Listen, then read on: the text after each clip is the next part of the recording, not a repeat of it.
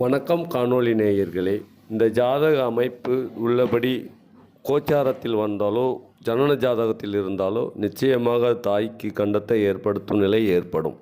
மந்தனார் மொட்டினோனும் வளரும் கேந்திரத்தில் ஏற சந்திரன் உயிரோனாகி சாரிடம் பலமானால் வந்த லக்கினத்து கஞ்சோன் வருமிடம் உதயமானால் சிந்தையாய் மாலோன் நாளில் செத்திடும் தாயன்றோதே.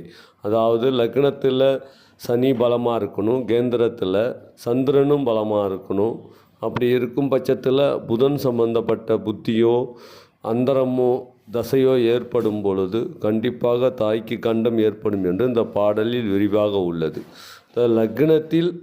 லக்ன கேந்திரத்தில் சனி பலம் பெற்றிருக்கணும், சந்திரனும் பலம் பெற்றிருக்கணும். சுயசாரம் வாங்கி அவரோட சுய நட்சத்திரத்தில் இருந்தாலோ அல்லது கடக லக்னத்திலே இருந்தாலோ எப்படி ஒரு நிலை ஏற்படும். உடன் 5ஆம் அதிபதி தொடர்போடு இருக்க வேண்டும். அதாவது 5ஆம் அதிபதி